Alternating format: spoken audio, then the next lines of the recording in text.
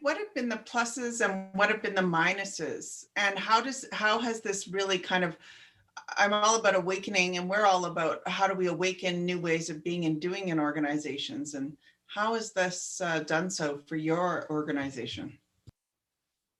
Well, maybe we'll start with the strengths of holacracy. What I have experienced as the strengths. I think one of the first things it did, it really helped me feel a little less overwhelmed with the work and directing the company. I mean, one reason that I adopted holacracy was I'm not a great micromanager. I'm more of a laissez-faire manager. And I was looking for some system or some way to more empower my staff to take ownership of what they were doing. So it really tends to put less burden on the top or the founders of the company, as in my case. So you get more responsibility, more engagement from the team, more alignment with the purpose and the value. Holacratic companies are often referred to as purpose-driven companies. And so that purpose is kind of the touchstone. And I don't think that's unusual with a number of companies, even those that have the hierarchy. But um, that is really infused through the whole company. And what I really like about holacracy is it replaces the political game playing nature of the typical corporate hierarchy. The politics are not as distinct as you get with a lot of corporations. Um, so it eliminates the need for approval from management. That doesn't mean that a role holder doesn't get input, that they don't get opinions, but they don't need consensus and they don't need the approval of a supervisor. So I think this really liberates people to express their full capacity and their full potential. Uh, Everybody's considered a peer in the organization, and everybody has influence. So when anybody can suggest creating a new role, changing a role, eliminating a role, changing what that role is responsible for. And it all goes through that meeting structure that I talked about. Everybody has a say in adapting uh, anything new.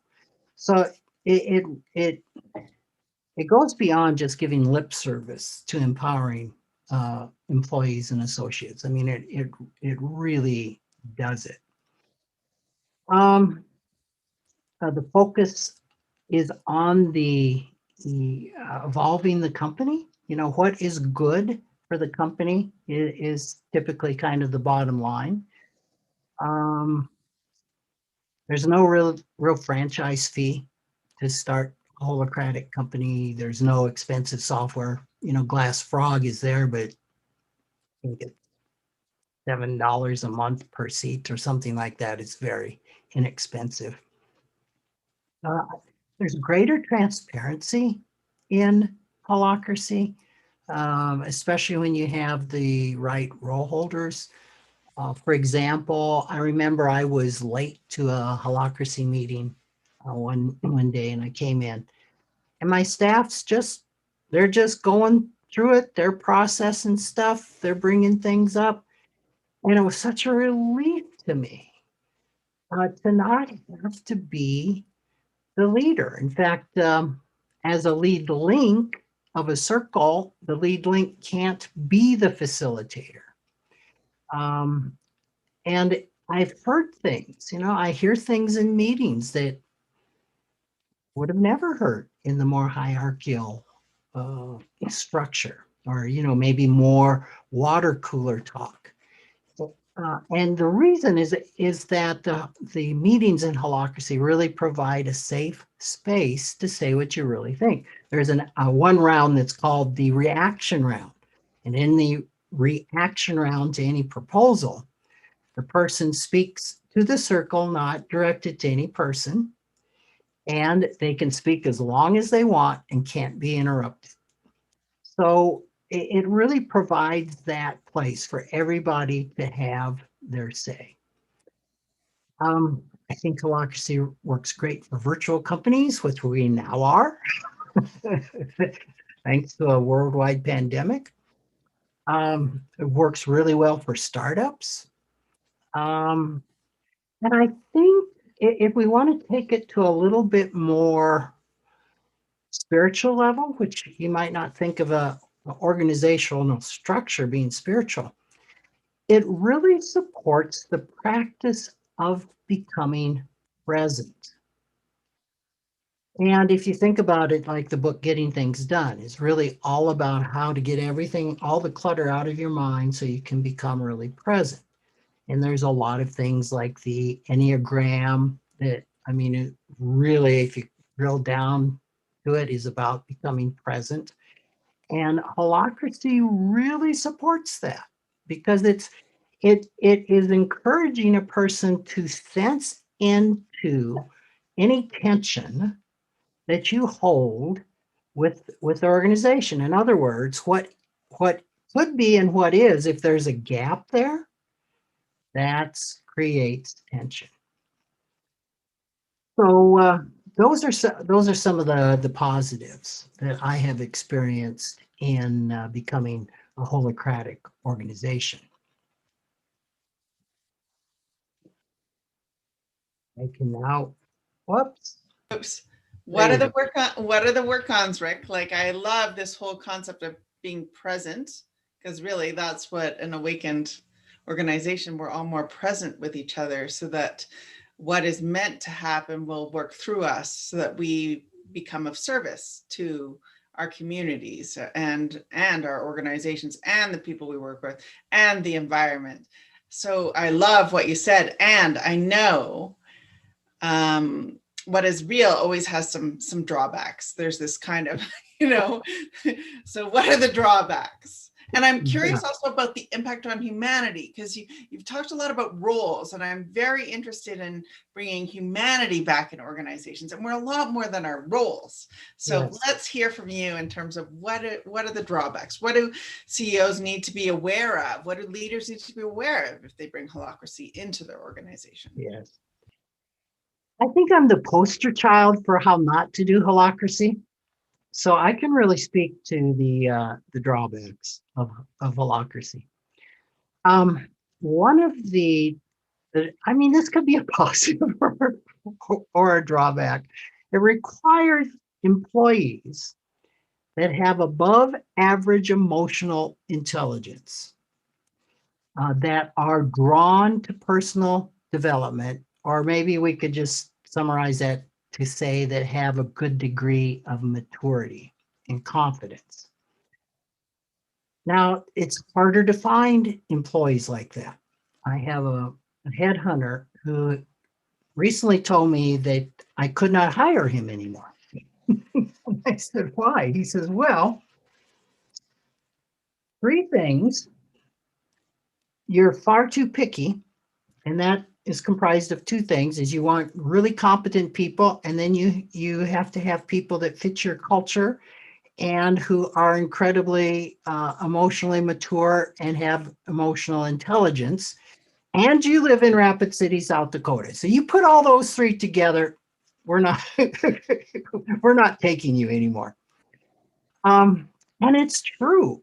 Not only are you looking for competency, you're looking for that cultural fit, and you're looking for a certain level of maturity and emotional intelligence. So that just makes hiring a lot more difficult.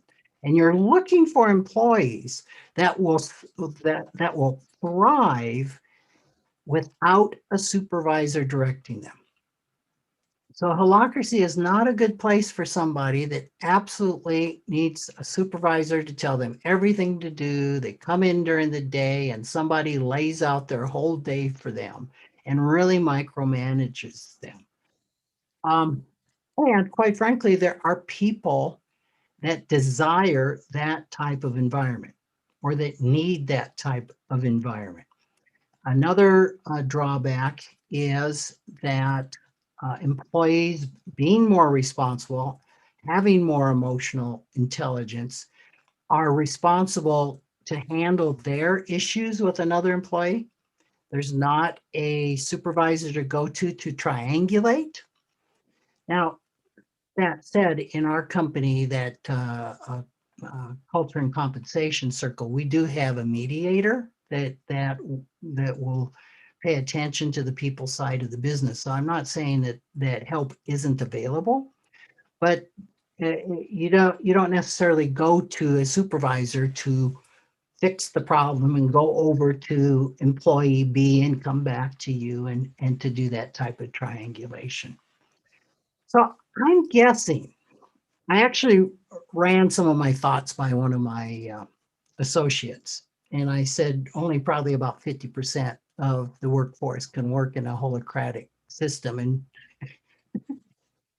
he looked at me with one of those "what are you on" looks and said, "Rick, it cannot be above 25%." And then somebody else said the exact same thing. "Rick, I think it's 20%." So I will say that probably only about 25% of the workforce is capable of thriving in a holacratic company. All right. So that brings up one of the negatives which we encountered, and that was we lost between 25 and 50% of our workforce because of the holacratic workplace. And it sounds so good. I mean, when we would present this to people looking at associating with us, they're like, wow, that is really cool. Yes, I want to work for you.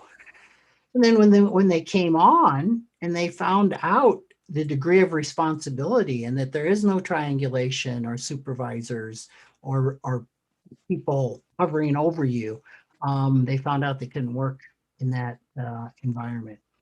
And then just some of the existing employees, I didn't like that. And I think the largest company to implement Holacracy, I believe, was Zappos, the online shoe company. And I think they lost between 25 and 50% of their workforce when they implemented Holacracy. And to that, there is a steep unlearning curve. And I didn't realize how steep that curve was. This is a whole new way of operating. And I think it is best fitted for a startup because, I mean, you still may have to unlearn things from other companies, but at least within this company, you can start fresh. It's like remodeling a house. It's much easier to build a brand new house than remodel an old house. So I would say be very careful. If you're an existing company, you want to do a lot of due diligence and really understand what this means before you go diving into it like I did. So I want to introduce myself at training in Holacracy, which I waited far too long to get. So another thing is don't make the mistake I did of not paying a lot of money for consulting and getting all of your people trained right up front. So I introduced myself as saying, hello, I'm Rick Kahler. I've done Holacracy 1 year, 4 times over. So we had 4 years where we did not have continual consulting.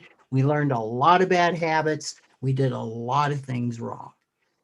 So a part of that was I had a budget for starting up Holacracy, and I was quoted 3 times that budget. And I said, no, my budget is X amount. And that was a big mistake.